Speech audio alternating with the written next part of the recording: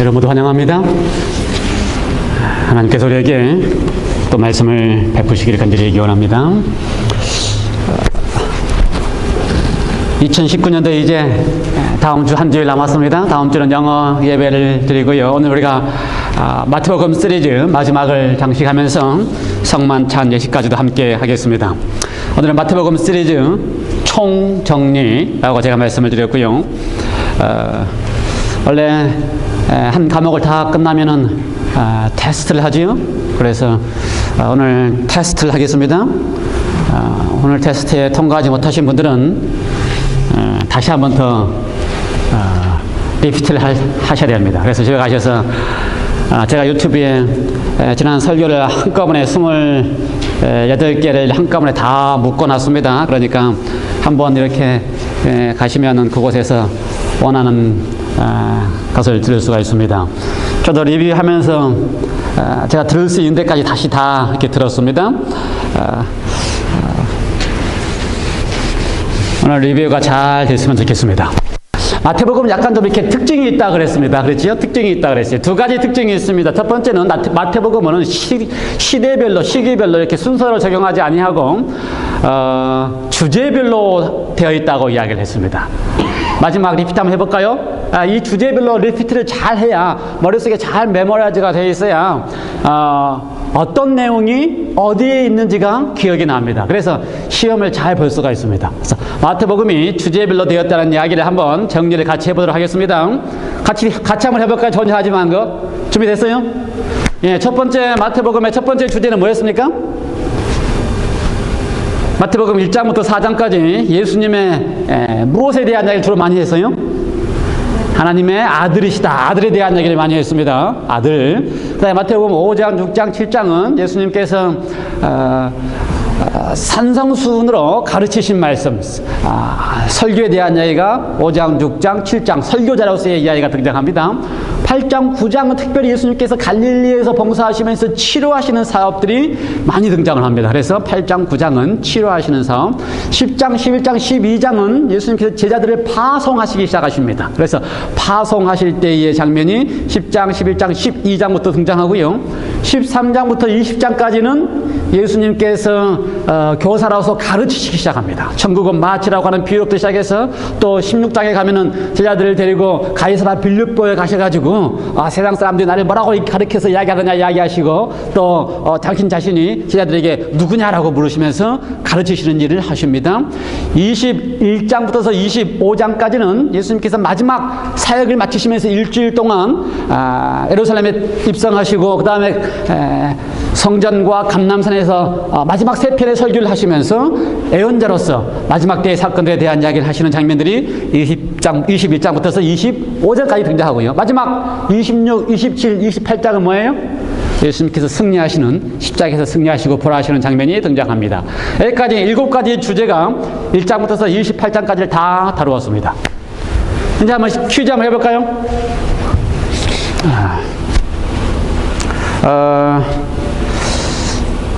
마태복음 가운데 이는 내 사랑하는 아들이요 내 기뻐하는 자라라고 하는 음성이 선포되었습니다.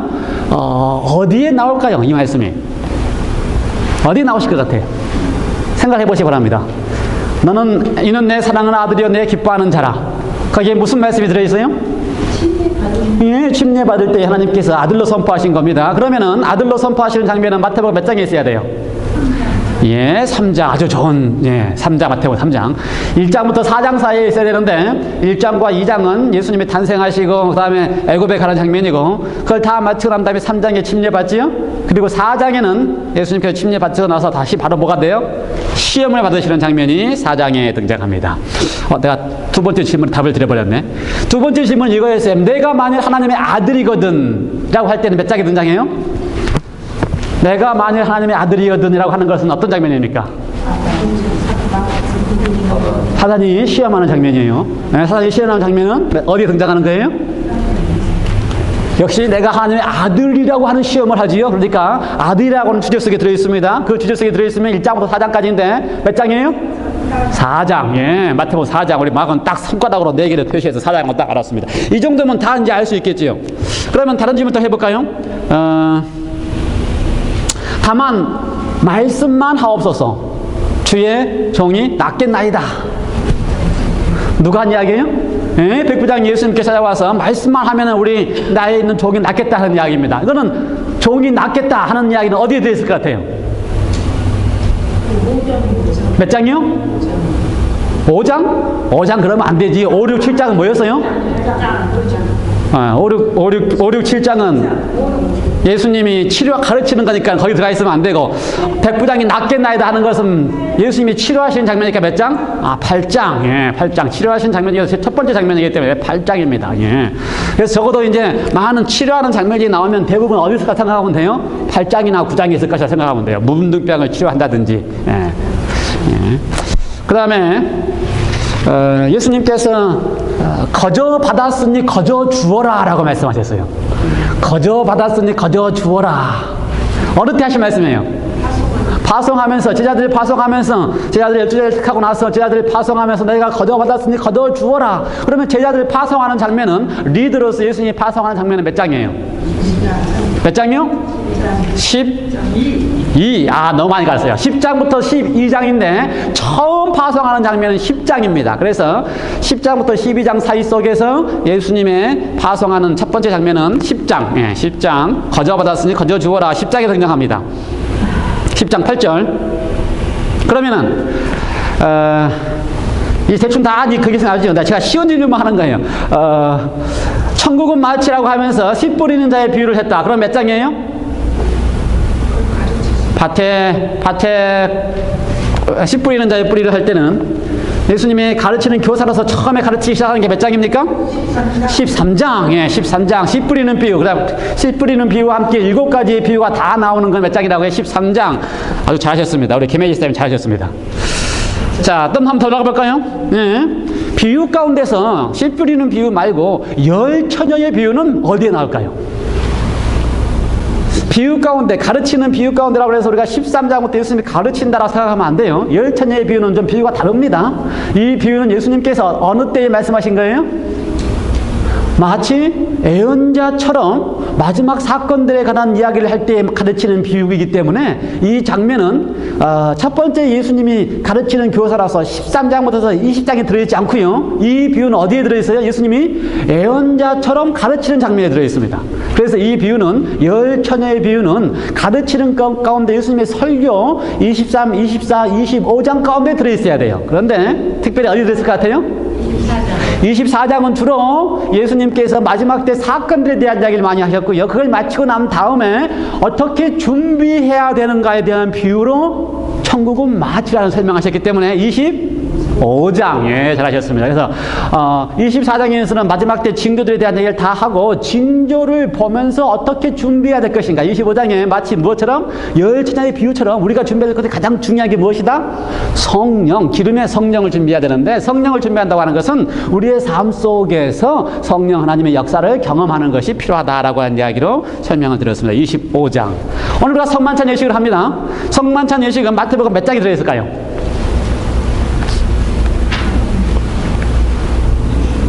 예, 성만찬 예식은 예수님께서 마지막 어떤 장면이에요?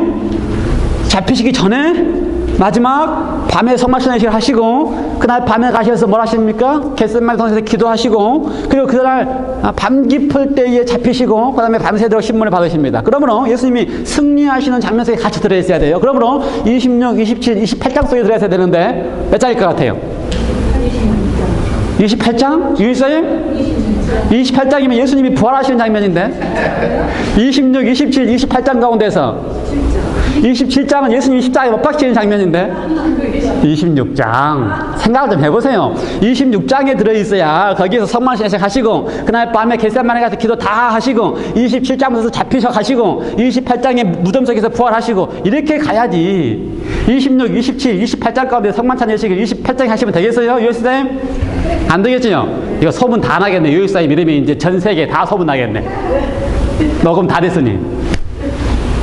예, 잘하셨습니다. 이제 대충 우리가 세미나리에 가서 이 시험 볼 때, 기말고사 시험 볼 때 우리의 시험이 이렇습니다. 우리의 시험이 이래요. 한 과목 다 끝나고 나면 장절까지 쓰라고는 안 합니다. 장절까지 쓰라고는 안 하고 머릿속에 그 장면들이 다 한 성경의 내용이 들어있는지, 그래서 내용을 다 이렇게 흐름을 알고 있는지, 예를 들어서 예수님의 성만찬 예식이 마태복음 몇 장쯤에 있을지에 대해서 머릿속에 다 이렇게 들어가 있어야 돼요. 이제 어느 정도 다 들어가 있지요. 특별히 마태복음을 주제별로 잘 정리를 하니까 대충 어느 주제 속에 이 내용이 들어갈 것 같다고 하는 이야기들이 다 이제 머릿속에 들어가 있습니다. 잘하셨어요. 두 번째, 마태복음의 특징은, 마태복음 특징은 처음부터서 마태가 의도하고 다 이루어졌다라고 하는 이야기를 계속해서 반복합니다. 다 이루어졌다. 이루려 하심이라고 표현했지만 이루어졌다고 하는 이야기를 이야기합니다. 무엇이 다 이루어졌어요? 구약에 예수님께서 하신 예언의 말씀들이 다 예수님의 삶을 통하여 이루어졌다고 하는 이야기를 계속해서 반복합니다. 1장부터 시작해서 마지막 장까지. 그러니까 예수님의 탄생부터 시작해서 예수님의 십자가에 돌아가실 때까지 마태의 관점은 예수님의 삶을 보았더니 구약에서 하신 모든 말씀이 다 어떻게 했다? 이루어졌다라고 하는 이야기를 계속해서 반복하고 있습니다. 1장부터 시작하면요, 예수님의 이름을 가리켜서 뭐라고 표현했어요? 두 가지를 표현했습니다. 21절에서는 예수의 이름을 예수라고 표현했고요, 구원하실 자입니다. 23절에서는 임마누엘, 처녀가 잉태하여 아들을 낳으니 그 이름을 예수라 하라라고 한 다음에, 그 다음에 또 다른 이야기 가운데 보면 23절에서 뭐라고 표현했다고요? 그 이름을 임마누엘. 근데 이것도 다 어디서 나온 이야기예요? 그냥 갑자기 임마누엘이라고 이름을 붙인 게 아닙니다. 1장 23절에 보면은, 22절에 보면은, 이루려 하심이라, 이사야의 말씀을 이루려 하심이라고 한 다음에 어떻게 했어요? 이름을 임마누엘이라고 하라고 그랬습니다. 그래서 예수님의 삶은 다 이루려 하신 것입니다. 임마누엘부터 시작해서, 우리와 함께 하신다고 하는 임마누엘부터 시작해서, 그 다음에 예수님께서 어디로 가셨어요? 동방보사들이 와서 베들레헴에 있는 아들들이, 2살 이하의 아들들이 죽는 이야기도 다 이루려 하심이라 하시고, 예수님이 애굽으로 이렇게 피신을 하신 것도 다 이루려 하심이라. 왜냐하면 구약의 말씀대로 애굽에서 불렀다 하는 말씀을 이루려 하기 위해서. 그래서 모든 이야기가 다 이루려 하신다는 이야기를 했습니다. 마지막 27장 예수님께 십자가에 돌아가실 때도 그 내용 가운데 다 이루려 하심을 성취했습니다. 예수님께서 겉옷과 속옷을 다 이렇게 다 나누어 주는 것도, 다 이렇게 가져가게 하는 것도 다 시편에 있는 말씀을 이루려 하심이고요. 예수님께서 뼈가 꺾이지 않은, 양쪽에 있는 강도들은 다 뼈가 꺾였는데 예수님의 뼈가 꺾이지 않는 것도 구약에 있는 말씀을 이루려 한다 하신 거고요. 예수님께서 무덤에 장사 지냈을 때 그 무덤도 부자의 또 한 번도 쓰여지지 않은 무덤에 들어가셨다고 하는 것까지 다 이루려 하십니다. 그럼 예수님의 생애는 출생부터 마지막 죽으심까지 다 어떻게 하신 거예요? 이루려 하심이라고 하는 말씀을 다 이루셨음을 마태는 특별히 그걸 강조해서 기억하고 있습니다. 그 다음에 마태의 특징 가운데 세 번째 특징은, 한 가지를 더 이야기한다면, 마태는 상당히 좀 학식이 있는 것 같아요. 마태 출신이 뭡니까? 세리 출신입니다. 그렇죠? 마태복음 10장입니까? 11장입니까? 제자들을 부르는 것 아니죠. 마태는 그 더 일찍 불렀네. 마태는 그 치료하는 장면 가운데서 8장인가 9장 속에서 예수님이 지나가다가 마태를 불렀네요. 9장에서 불렀는 모양입니다. 근데 그 마태의 10장 직업이 세리라고 이야기했는데요, 상당히 좀 학식이 있는 것 같아요. 그래서 유대인들이 잘 알고 있는 문학적인 방법으로 마태를 기록했습니다. 유대인들이 잘 알고 있는 문학적인 방법으로, 한국말로 교차 대꾸법이라 그래서 서로가 이렇게 딱 대꾸될 수 있도록, 예를 들어서 마태복음 1장에 등장하는 예수님의 이름을 임마누엘이라고 그럴 때에 뭐라고 표현했어요? 우리와 항상 함께 하겠다라고 하는 이야기입니다. 하나님 우리와 함께 하신다. 그런데 똑같은 내용을 마지막에 다시 이렇게 딱 맞춰서, 이렇게 뭐라 그럽니까? 이 틀을 딱 맞춰서 시작과 끝을 딱 이렇게 맞춰서 했어요. 그래서 마지막에 다시 또 28장 20절에 보면은 예수님께서 뭐라고 표현했어요? 내가 너와 항상 함께 있으리라라고 하는 임마누엘의 이야기를 다시 반복을 했습니다. 그래서 교차 대꾸법을 사용해서 마태는 사용을 했어요. 그 다음에 또 지난번에 이야기했지만 마태복음 5장, 6장, 7장 예수님께서 하신 설교를 마태는 모아놨습니다. 한꺼번에 이렇게 딱 모아놨어요. 다른 성경들은 그렇지 않는데 5장, 6장, 7장에서 산상에서 하신 설교를 모아놨는데, 똑같은 방법으로 마지막에 예수님께서 잡히시기 전에 한 주일 전에 예루살렘과 감람산에서 한 설교를 3, 24, 25장이 한꺼번에 묶어놨습니다. 그래서 그 두 장을 보면 5장, 6장, 7장과 24, 23, 24, 25장을 보면 다 빨간 글씨로 써 있어요. 어떤 성경들은 예수님이 하신 말씀들만 모아놓은 것들은 다 빨간 글씨로 써 있어요. 그래서 양편을 그렇게 또 딱 대칭되도록 모아놨습니다.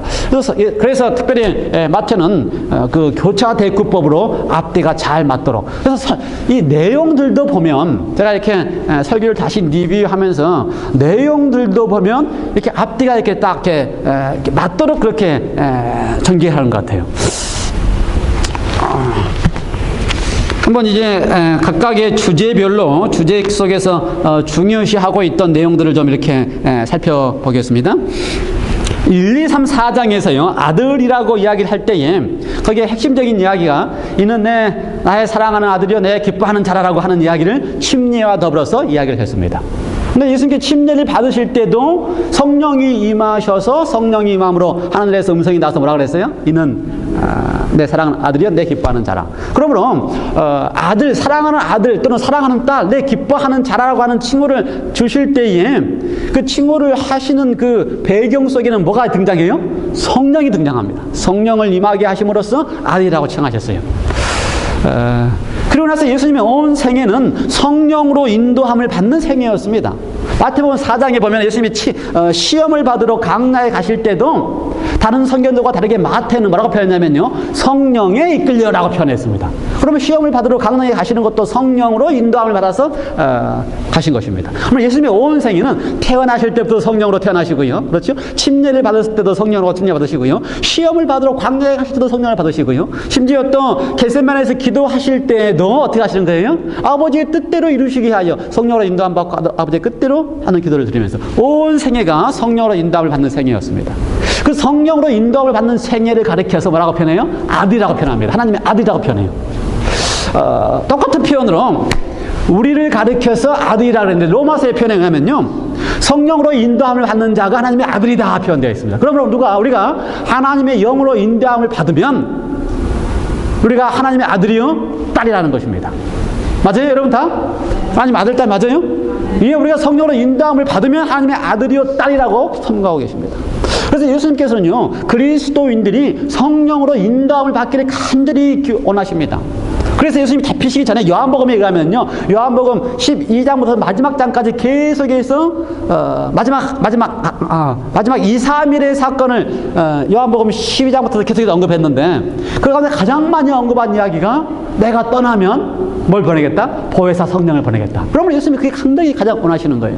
부활하시고 난 다음에 그 첫째 날에 제자들이 다 무서워서 다락방에서 떨고 있을 때에 그들에게 오셔서 예수님의 제일 처음 한 일이 무엇인지 아세요?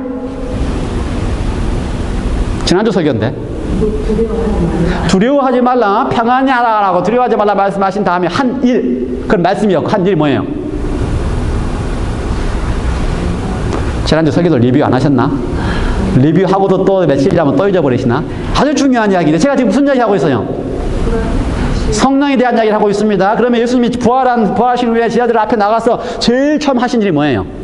평안히 있을지라고 이야기를 하시면서 그들 앞에 각하게 서셔가지고 세리사님 몰라요? 네, 성령을 받으라라고 하셨습니다. 어떻게 하시면서 성령을 받으라고 했어요? 네, 바로 호흡을 호 부르시면서 숨을 내쉬면서 숨을 주시면서 그래서 숨이 곧 뭐예요? 하나님의 숨은 성령입니다. 그렇지 하나님이 아담과 하와 딱 만든 다음에 숨을 딱 불어넣으시니까 사람이 살았어요. 근데 사람이 살 수 있는 비결은 뭐밖에 없어요? 하나님의 호흡이 들어와야 되는데 하나님의 호흡이 곧 뭐라고요?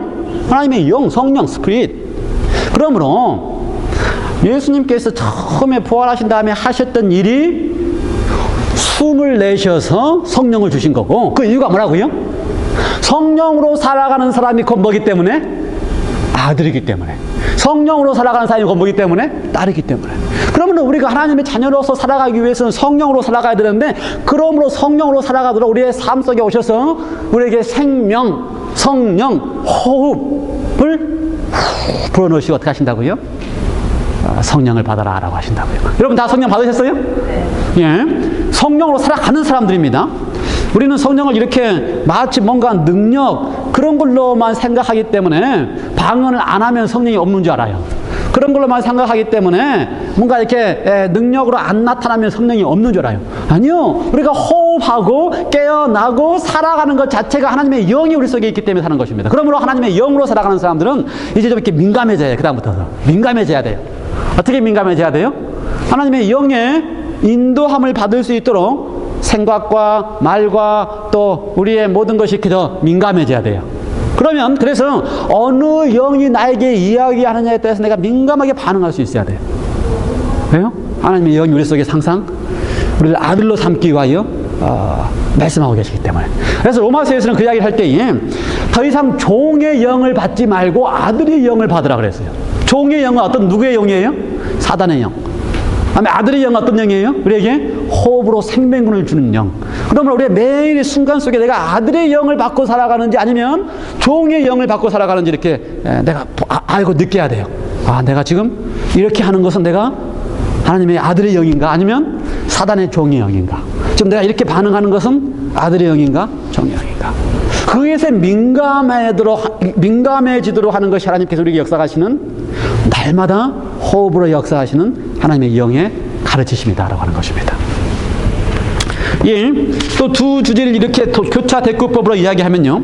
예수님께서 제자들을 파송하셨을 때에 제자들을 파송하신 이유가 있습니다. 마태복음 9장에 보면요. 9장은 어떤 장면이에요? 8장과 9장은 치료하시는 장면입니다. 치료를 다 하시고 나서 치료를 하고 해도 예수님이 다 감당을 못해요. 그래서 9장 마지막에 보면 35절, 36절, 37절 예수께서 모든 성과 촌에 두루 다니사 저희 해당에서 가르치시며 천국 복음을 전파하시며 모든 병과 모든 약한 것을 고치시니라. 36절 무리를 보시고 민망히 여기시니 가슴이 찢어졌다 그 말입니다. 무리를 보시고 가슴이 찢어져요. 왜요?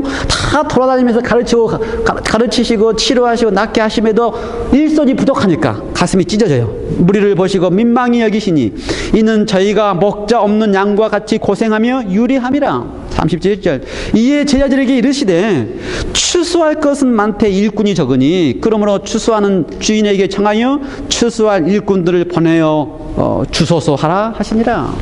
예수님의 심정을 아시겠습니까? 11장에 제자들을 파송한 예수님의 심정이 보입니까? 예, 예수님이 갈릴리에 있는 모든 성과 촌을 두루 다니며 가르치시고 치료하셨습니다. 그렇게 하셨어요. 그런데 혼자서 다 하시기에는 제자들 데리고 다 하시기에는 벅차요. 제 설교를 제가 다시 리뷰해서 봤더니 갈릴리에 성과 촌이 몇 개 있었느냐? 제가 들어보니까 한 200개 있다. 학자들에 따라서 200개 있다. 갈릴리에 성과 촌이 한 200개 있다. 주석에 그렇게 나왔다고 해서 설교를 했더라고요. 한 200개 있는 성을 예수님이 다 그 갈릴리에 있는 성과 촌을 다 돌아다니면서 다 도와주고 싶은데 다 같이 고쳐주고 싶은데 그걸 감당하지 못하니까 할 일은 많은데 추수할 일은 많은데 일꾼이 적다 이거예요. 그래서 추수할 일꾼을 보내달라라고 어떻게 하라? 보내어 주소서라고 주인에게 청하라. 그래서 예수님이 주인에게 청하시면 누구에게 청해요? 하나님 아버지께 청하지요. 좀 추수할 일꾼들을 보내주십시오. 나 혼자는 다 감당 못하겠으니까 너무 불쌍한데. 그래서 하나님이 허락하시고 12제자를 파송하도록 하는 이야기가 10장에 등장합니다. 그러니까 예수님의 심정이 이해가 돼야지만 제자들의 파송하는 장면이 등장을 해요. 예수님의 심정이 어떻다고요? 가슴이 찢어져요. 왜요? 불쌍하고 안타까워서. 다 도와주고 싶은데 불쌍하고 안타까워서. 그러므로 하나님께서 우리에게 예수님의 마지막 27장에 부활하신 28장에 부활하신 다음에 우리를 가서 모든 민족들에게 가서 가르치고 지키게 하라. 우리를 하여금 제자를 삼아서 가르치고 지키게 하라고 우리를 보내시고 싶을 때에 예수님의 심정이 이해돼야지만 보내지는 사람들이 그것을 할 수가 있어요. 예수님의 심정이 이해되지 않으면 가게 될 때도 어떻게 돼요? 내가 해야 될 일이 뭔지 모릅니다. 근데 예수님의 심정은 진짜 가슴이 찢어진다라고 하는 민망히 여기신다는 이야기가 헬라어로 가슴이 찢어지는 그런 심정으로 그들을 바라보고 있기 때문에 제자들을 파송하면서 어떻게 해요? 너희가 거저 받았으니 어떡하라? 거저 주어라 라고 하는 이야기를 하십니다.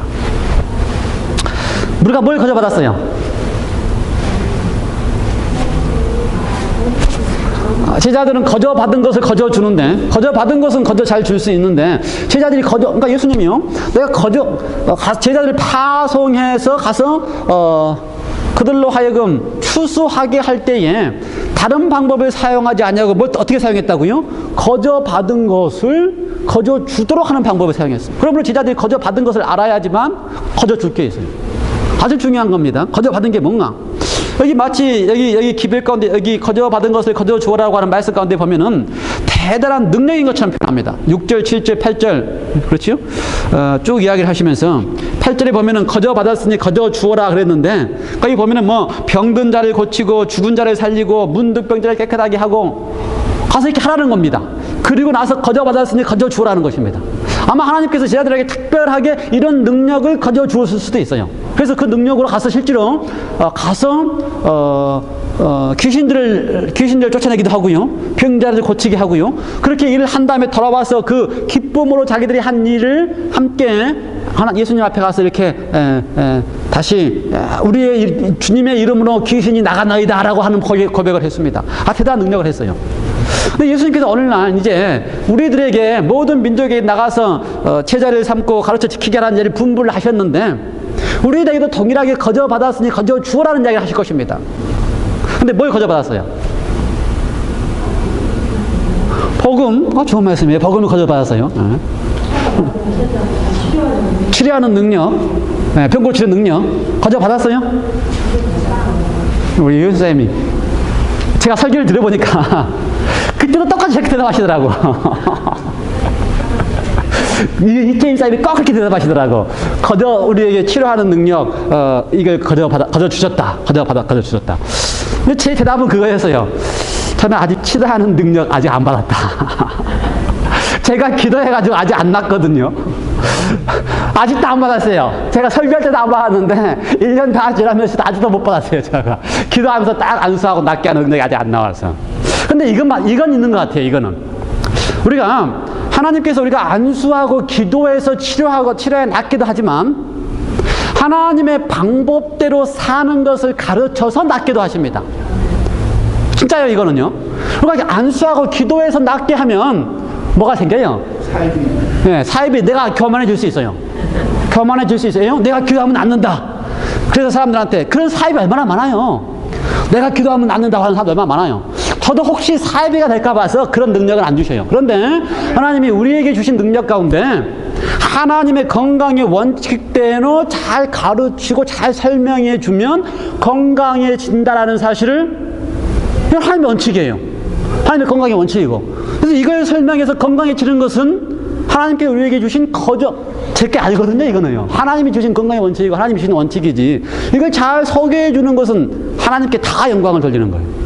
그래서 이렇게 하는 방법으로 거저 받은 것을 거저 줄 때에 건강하게 해지도록 하는 일을 하나님이 하신다는 것입니다. 우리가 이걸 맛보게 하신다는 것입니다. 우리가 지금 특별한 우리의 형편을 잘 알기 때문에, 그렇죠, 우리가 위기라는 것을 잘 알기 때문에 뭔가 하지 않으면 안 된다는 걸 알기 때문에 우리가 다 지금 뭔가를 해야 되겠다 생각해서 하기로 한 게 뭡니까?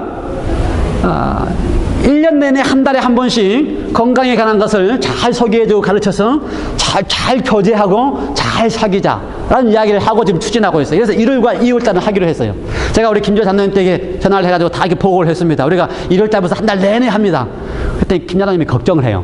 1월달에 날씨도 안 좋고 그럴 텐데 그거 가능하겠냐고. 그래서 제가 장로님이 안 계시니 우리가 지금 얼마나 이걸 위기인지 아십니까? 교회가 휘청휘청하기 때문에 이때 지금 안 하면, 이때 지금 우리가 뭔가 이렇게 박차를 가해서 안 하면 교회 문 닫을지도 모른다고 제가 엄포를 놨어요. 그러니까 우리가 뭔가를 해야 됩니다. 우리가 이걸 특별하게 하려고 한 이유 중에 하나가 뭐예요? 우리 교인들이 아픈 사람이 너무 많아요. 그래서 먼저 우리 교인들이 먼저 건강해져야 되겠어요. 그래서 건강에 대해서 배우고 알아야 될 필요가 있어요. 우리 황 기사님 안 오셨는데 황 기사님 2달 동안 얼마나 고생을 많이 하셨어요. 그래서 한 교사님이 건강에 대해서 알고 싶어하고 관심이 참 많아요. 그런데 자세히 설명을 안 해주니까 어떻게 살아야 될지 잘 모르는 거예요. 그래서 차근차근 기초부터 잘 살도록 하는 이야기를 해야 되겠다라는 이야기가 우리의 목표고, 우리뿐만 아니라 이 시대의 사람들에게 너무나 어려움이 있는 사람들이 많이 있기 때문에 그들에게 뭘 주는 겁니까? 우리가 받은 건강에 관한 넓은 지식, 좋은 지식들, 좋은 가르침을 하나님의 은혜로 받은 가르침을 어떻게 한다고요? 거저 나누어 주는 일을 하겠다라고 하는 이야기가 핵심 목표입니다. 그래서 거저 받았으니 거저 주어라. 우리가 받은 거 많이 있습니다. 우리가 받은 거 많이 있어요. 우리가 받은 신앙의 경험들, 그렇죠? 기뻐하는 경험들, 이건 다 하나님 우리에게 은혜로 거저 주신 겁니다. 그러므로 그걸 또 나누어 줘야 돼요. 제가 이걸 이렇게 추진을 하면서, 건강에 관한 추진을 하면서, 사실은 저 자신도, 건강에 대해서 확신이 없어요. 이게 정말 가능한가에 대해 확신이 없어요. 그래서 제가 제 자신에게 실험을 해봤습니다. 이게 진짜 되는가? 이 재림교회 건강 개별이 진짜 맞는가? 제 자신에게 실험을 해봤어요. 제가 일주일 동안 아픈 거 아시잖아요? 일주일 동안 배가 아파서 고생을 너무 많이 했어요. 그래서, 유튜브에 가서 재림교회가 가지고 있는 건강 개별 가운데 좀 이렇게 잘 하시고 좀 정통적으로, 좀 더 이렇게 보수적으로, 좀 더 이렇게 좀 강도 있게 하시는 분. 그러니까 재림교회도 이렇게 가르침 가운데 이렇게 강도가 있어서 많이 강조하는 분도 있고, 저처럼 한 20%를 강조하는 분도 있는데, 강도가 좀 높으신 분의 강의를 제가 듣고, 이게 따라서 했습니다. 따라서 했어요. 그래서 3일 동안 금식을 하고, 3일 동안 숟가락을 먹고, 그리고 났더니, 제 배 아픈 모든 문제가 완전히 해결이 됐어요. 약으로도 해결되지 않은 게. 그리고 나서 제가 경험해보고 난 다음에, 야, 재림교회 기별대로 하면 이게 되는구나. 그래서 제가 두 번째 실험을 하러 갔습니다. 어디를 실험을 갔는가? 여기 우리 문집사님. 맨날 배 아프고 맨날 머리 아프신 분. 제가 배가 아프고 나 보니까 우리 문집사님이 얼마나 배가 아픈 게 힘든지 제가 알겠더라고요. 그래서 제가 가서 마음 먹고 찾아가서 제가 건강에 관한 것을 설명을 했습니다. 그래서 물을 8컵 이상 마셔야 된다는 것을 제가 처음 설명을 했어요. 제가 5년 동안 제가 알고 있지만, 우리 문집사님한테 제가 아픈 거 5년 동안 알고 있지만, 물 마셔야 된다는 이야기를 하면요, 우리 문집사님 그거 절대 안 들어요. 뭐라 그러는지 아세요, 저한테? 뭐라 그러는지 아세요? 자기는 물이 목에 막힌다. 물이 목에 막힌다. 그래서 못 마신다. 먹고 싶어도 물이 목에 막혀서 못 마신다. 이 얘기를 너무 많이 했어요. 근데 이번에는 제가 아주 심각하게 강도 있게 이야기를 했습니다. 이걸 먹어야지만 산다. 제가 경험해 보니까 하나님의 건강 법칙대로 해야지만 산다. 그래서 제가 죽느냐 사느냐, 죽을래 살래 하면서 제가 이야기를 했어요. 그래서 물을 많이 마시는데 제가 요구했던 것보다 더 많이 마신다고 이야기를 해요. 예를 들어서 이 병으로 5병, 6병씩 마신대요. 지금도. 그리고 나서 일주일이 안 돼서 배 아픈 것과 머리 아픈 게 다 사라졌어요. 지금 배 아프다는 말 잘 안 하시잖아요. 머리 아프다는 말도 안 하시고. 그래서 다 사라졌어요. 지금 제가 이제 우리 이현수 지사님 가지고 시험하고 있습니다. 하나님의 방법대로 하면 되는가? 될 거예요. 근데 이현수 지사님이 뭐라 그러는지 아세요? 자기는 다르대. 자기 병은 다르대. 자기 병은 그래갖고 안 된대. 그 말이 맞는 것 같아요? 틀린 것 같아요? 틀려요. 만일 하나님의 방법대로 할 때에 어떤 환자들이 와도 하나님의 방법대로는 똑같이 동일하게 합니다.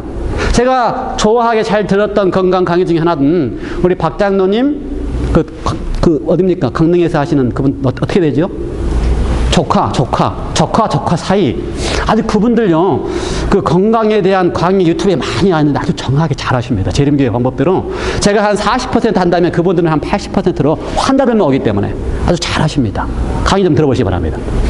그런데 그분들이 할 때에 어떤 환자들이 와도, 유현일 사님은 죽지는 않잖아요. 암 환자가 와도, 죽겠다는 암 환자가 하는 방법이 똑같습니다. 재림교회에 가지고 있는 방법이 똑같기 때문에. 그러면 유인사님, 제가 지금 강의한 지 일주일밖에 안 됐는데, 나는 다르다. 방법이 아니에요. 재림교회의 방법은 모든 환자에게, 왜요? 그게 왜요? 그게 하나님이 우리에게 거저 주셔서, 거저 가르쳐서 건강하도록 하도록 하신, 제가 지금 설교 주제와 관계없이 설교를 하고 있는데, 재림교회가요, 처음부터 건강에 관한 기별이 있었던 게 아닙니다. 1840년부터 1860년에 재림교회가 시작할 때에, 심지어 재림교회 촉창자라고 하는 엘렌 G 화이트의 남편 제임스 화이트이 건강에서 전혀 몰랐어요. 그래서 제임스 화이트이 아주 일찍 죽었습니다. 그것도 여러 가지 질병으로. 특별히 마지막에는요, 혈압 때문에 풍이 부어서 쓰러져서 회복되지 못하고 죽었어요. 그만큼 건강에 대해서 무지했습니다. 재림교회가. 알렌 G. 화이트, 재림교회가 건강에 대해서 알았을 때는 이미 알렌 G. 화이트 남편인 제임스 화이트이 죽고 난 다음이었어요. 그만큼 재림교회가 건강에 대해서 늦었습니다. 그러니까 하나님이 보실 때에 건강에 대한 기별을 주시고 가르쳐야 될 필요가 있었어요. 재림교회뿐만 아니라 이 세상에. 그래서요, 마태복음 9장에 이야기한 예수님의 심정이 이 200개의 성과 촌을 돌아다니면서 병자들을 보시고 그걸 다 치료하시고 가르치고 낫게 하셔야 되는데 혼자 다 못하시니 어떠셨다고요? 거저 받았으니 거저 주어라 하셨다 이 말입니다. 근데 우리에게 거저 받았으니 거저 주어라 할 때에 안수해서 낫게 하면 100% 교만해지고 100% 이단이 될 가능성이 있기 때문에 어떻게 하셨다고요? 하나님의 창조하실 때부터 가지고 있는 건강에 대한 가장 올바른 지식과 가르침을 재림교회를 통하여 알리도록 거저 받았으니 거저 주어라 라고 하셨다는 것입니다. 그래서 재림교회는요, 지금 전 세계에 건강에 대해서 가장 잘 소개하고 가르칠 수 있는 교회가 재림교회입니다. 가장 많은 의과대학과 병원이 있는 교회가 재림교회고요. 그 다음에 1800년 당시에 재림교회가 가지고 있는 천연치료병원, 배틀크랙에 있는 병원이 심지어 미국의 대통령들이 가서 치료받았던 병원이 재림교회 건강병원이에요. 배틀크랙에 있던 위생병원이. 그러므로 재림교회가 가지고 있는 건강에 대한 가르침이 얼마나 분명하고 이걸 통해서 하면 모든 분들이 건강해질 수 있는 어떤 질병과 관계없이 건강해질 수 있는 특권을 받은 백성들이 재림교회입니다. 제가 이야기할 때마다 우리 최일사님 이야기를 해요. 최일사님이 아파가지고 처음 저희들 만났을 때에 문집사님이 가장 많이 걱정한 게 뭔지 아세요? 2, 3년 안에 또 스트로크가 온다. 그래서 또 스트로크가 오면 그때는 뭐 한다? 회복하지 못한다. 이 이야기를 우리한테 계속 하고 그게 가장 많은 걱정이었어요.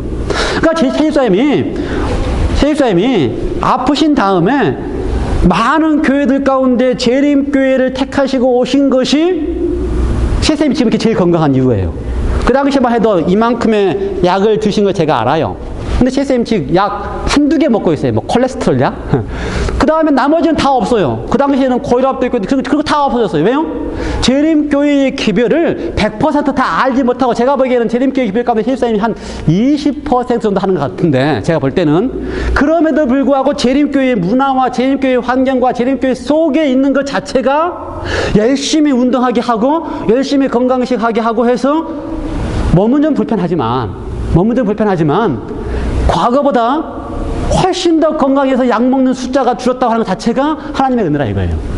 그러니까 재림교회가 거저 받았으니 거저 줄 게 충분하게 있는 교회입니다, 여러분. 믿으시 바랍니다. 우리가 하고 있는 내년에 한다고 하는 건강에 대한 사업들을 할 때에 여러분이 진짜 거저 받은 것을 거저 줄 수 있을 만한 것이 많이 있는 교회가 재림교회예요.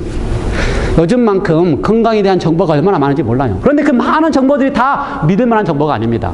저는 그래서 수많은 세상에 뭐 의사들이니 뭐 박사들이니 하는 건강의 유튜브에 나온 거 제가 안 듣습니다. 제가 안 들어요. 혹 듣게 되면 제가 반드시 판단을 하고 듣습니다. 이게 하나님이 주신 창조하신 하나님이 에덴 동산에 주신 그 기별하고 동일한 기별인가 제가 판단하고 들어요. 다 확인하고 듣습니다. 왜요? 우리는 어떤 게 있기 때문에 창조주 하나님이 주신 건강에 대한 원칙이 있기 때문에 거기에 가지 않으면 사람이 만들어놓은 건강의 기별은 다 아직도 뭔가 부족해요. 그래서 하나님이 우리에게 주신 가장 확실한 건강에 대한 기별을 통하여 거저 받았으니 거저 주어라 하신 기별이 우리 속에 이루어질 수 있도록 그걸 경험할 수 있도록 그 다음에 그 경험된 건강에 관한 기별을 또 예수님의 심정을 어떻게 하게요? 거저 받았으니 거저 나누어 줌으로 예수님이 정말 민망히 여기신 심정으로 가슴이 아프신 심정으로 아픈 사람들에게 나누어 줄 수 있도록 그래서 그분들이 뭘 느끼도록 예수님의 사랑이 이런 거구나. 그래서 예수님이 제가 지난번에 마지막 설교할 때 어떻게 설명했어요? 마지막 예수님께서 제자들에게 Great Commission 마지막 대사명을 주실 때에 모든 민족에 가서 그들 어떻게 하라? 제자를 삼아 가르쳐 지키게라고 이렇게 말씀을 드렸어요. 그런데 우리는 지금까지 제자를 삼으면 또 가르쳐 지키기 위해서는 무엇에 강조점을 많이 뒀어요? 우리가 가지고 있는 교리를 가르치는 것에 간접점을 많이 뒀어요. 근데 그거는 예수님의 이야기가 아닙니다. 예수님의 이야기는 제자를 삼아 가르쳐 지키라 할 때는 어떤 이야기라고요? 우리가 그들의 뭐가 되라? 제자가 되라. 그게 예수님의 가르침이에요. 예수님은 항상 가르칠 때마다 그분 스스로가 낮춰져가지고 제자가 되셨습니다. 그렇죠? 발을 씻기셨어요. 한 번도 나를 따라와라고 하지 않으셨습니다. 어떻게 하셨어요? 먼저 가서 본인이 되어주시고, 섬기는 모습을 보여주시고, 치료하는 모습을 보여주시고, 가르치는 모습을 보여주시고, 그래서 그들과 섞이시고, 그들 속에 어떻게 하셨다 그래요? 화이트번의 표현 속에는 그들 속에 이렇게 섞이셨다 그래요. 그러므로 우리로 하여금 제자를 삼아 가르쳐 지키게 하실 때는 그들 속에 가서서 그들에게 제자가 되어서 우리의 삶이 모범이 된 다음에 어떻게 하는 거예요? 그들에게 이렇게 사는 것이 행복한 겁니다라고 보여주는 것이 예수님이 우리에게 마지막 분부하신 사명이에요. 그러므로 재림교인들은 건강해야 돼요. 그래서 우리 체육사님이 가서 할 말이 있어야 되는 거예요. 내가 재림교인이 된 다음에 어떻게 했다고요? 이렇게 먹던 약이 지금 한두 가지만 먹는다고 하는 이야기가 내가 그게 할 말이 있어야 되는 거예요. 왜요? 내가 재림교인이 됐기 때문에 하나님의 은혜로 살아가는 삶의 방법을 알았기 때문에. 그래서 제가 우리 교인들에게 먼저 얘기를 하는 겁니다. 그렇죠? 물을 마셔봤더니 배가 안 아프고 머리가 안 아팠다고 하는 이야기를 해야지만 이게 하나님의 건강 거칩이 거두어 줄 수 있다는 것이 느껴지기 때문에. 그렇게 돼야지만 그들에게 가서 뭐가 될 수 있어요? 본이 될 수 있어요. 여러분들이 이렇게 해보십시오. 내가 해봤더니 어떻게 하더라? 정말 낫더라. 내가 일주일 동안 배 아파 봤더니 그리고 하나님의 방법대로 3일 근식하고 다시 회복했더니 그게 다 해결됐더라. 이런 경험들을 나누어 줄 수 있을 때에 비로소 우리는 뭐가 된다고요? 하나님이 분부하신 마지막 사명, 그렇죠? 우리와 항상 함께 하신다고 하는 약속을 경험하는, 그래서 예수님이 우리와 항상 함께 한다고 하는 약속은 지금 우리의 삶 속에서 역사하심으로써 경험하게 하고 맛보게 하고 하나님의 능력이 경험되어지면 어떻게 한다고요? 나누어 줄 게 있고 내가 맛본 경험을 나누어 주게 하시는 일을 하신다는 것입니다. 예, 이제 우리가 성만찬 예식을 하려고 합니다. 성만찬 예식을 하려고 할 때에 예수님께서 강조하신 이야기는 마태복음 26장의 이야기입니다. 26장 예수님께서 성만찬 예식을 하셨는데 그 마태복음 26장에 성만찬 예식을 하실 때에 예수님의 심정은 참 암담한 심정이었습니다. 두 가지 측면에서. 하나는 성만찬 예식을 하실 때에 바로 그날 밤에 누가요? 유다가 자신을 판다는 사실을 알고 있었습니다. 그래서 떡을 떼어주면서 뭐라 그래요? 내가 할 일을 속히 하라는 이야기를 유다에게 했습니다. 예수님의 심정은 아주 찢어지는 심정이에요. 근데 그 가운데 예수님의 심정은 유다가 예수님을 판다고 한 사실을 알고 그에게 떡을 띄워주고 그에게 포도즙을 나눠주면서 예수님은 그를 팔려고 하는 유다까지도 어떻게 하고 계시는 겁니까? 용서하고 계시는 것입니다. 예수님은 용서하고 계셔요.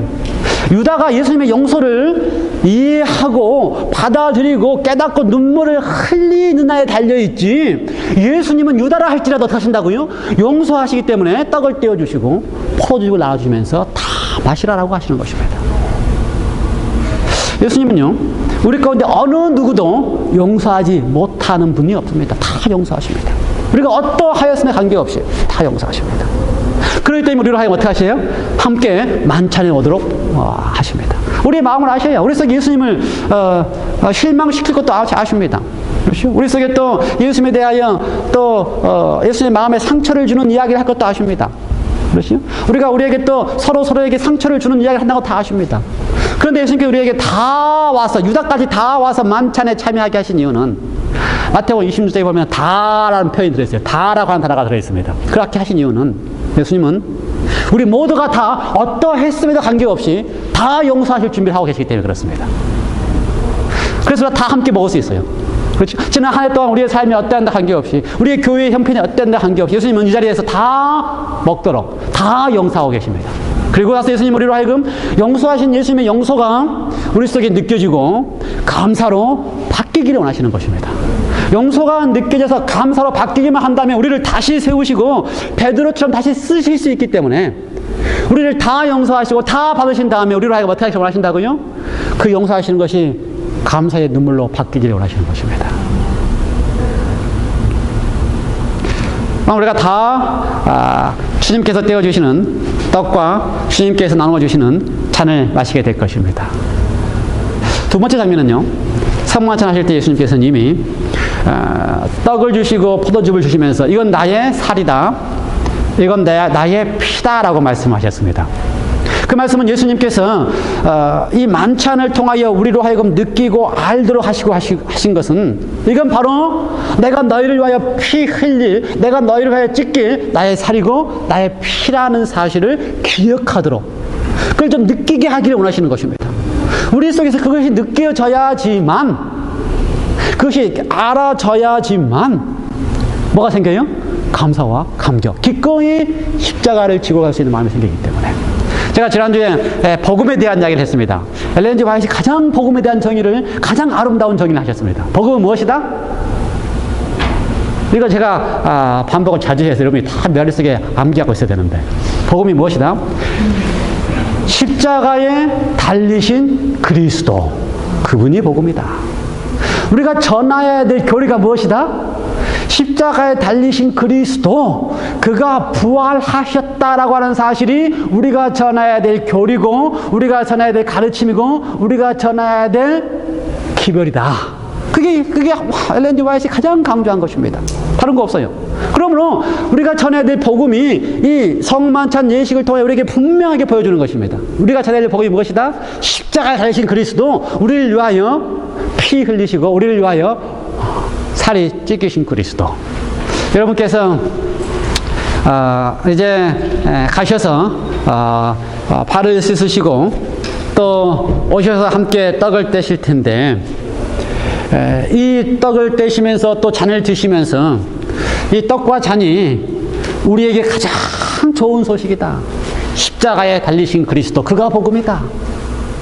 부활하신 그리스도, 그가 우리가 전해야 될 교리요, 우리가 전해야 될 가르침이요, 우리가 소개해야 될 희망이라는 사실을 이 성만찬 예식을 통해 다시 한번 우리의 마음속에 느껴 되시기를 간절히 기원합니다. 준비됐어요? 마음속에 다 준비됐습니까? 네, 그러면 기도하시고 가셔서 세종 예식부터 하시겠습니다. 기도하시겠습니다. 하나님 아버지, 우리는 마태복음을 다 보면서 그 속에서 구비마다 우리를 향한 예수님의 심정을 보게 됩니다. 정말 우리를 아들 삼으시기 위하여 성령으로 우리에게 부어주시니 감사합니다. 우리와 함께 하신다는 사실을 경험하게 위하여 우리를 내보내주시고, 우리로 하여금 거저받은 것을 거저주도록 분부해 주시니 감사합니다.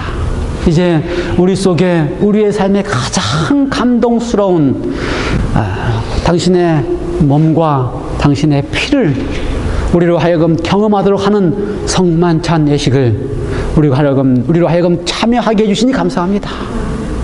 지난 한 해 동안에 우리의 삶을 주님께서는 아십니다. 그렇기 때문에 우리를 다 이곳에 와서 오게 하시고 떼어주시고 나누어 주십니다. 우리를 다 용서하시고 용서의 감동을 느끼게 하시고 새롭게 감사함으로 그 일을 감당하게 하시기 위하여 오늘 우리에게 용서와 감사를 느끼게 해주시니 감사합니다. 이제 우리가 다 헤어져서 서로의 발을 씻기고 또 함께 주께서 주신 몸과 피를 마실 때에 우리 속에 감동과 감화와 기쁨과 감격이 있게 하여 주시옵소서. 감사드리오며 예수님의 이름으로 기도드리옵나이다. 아멘.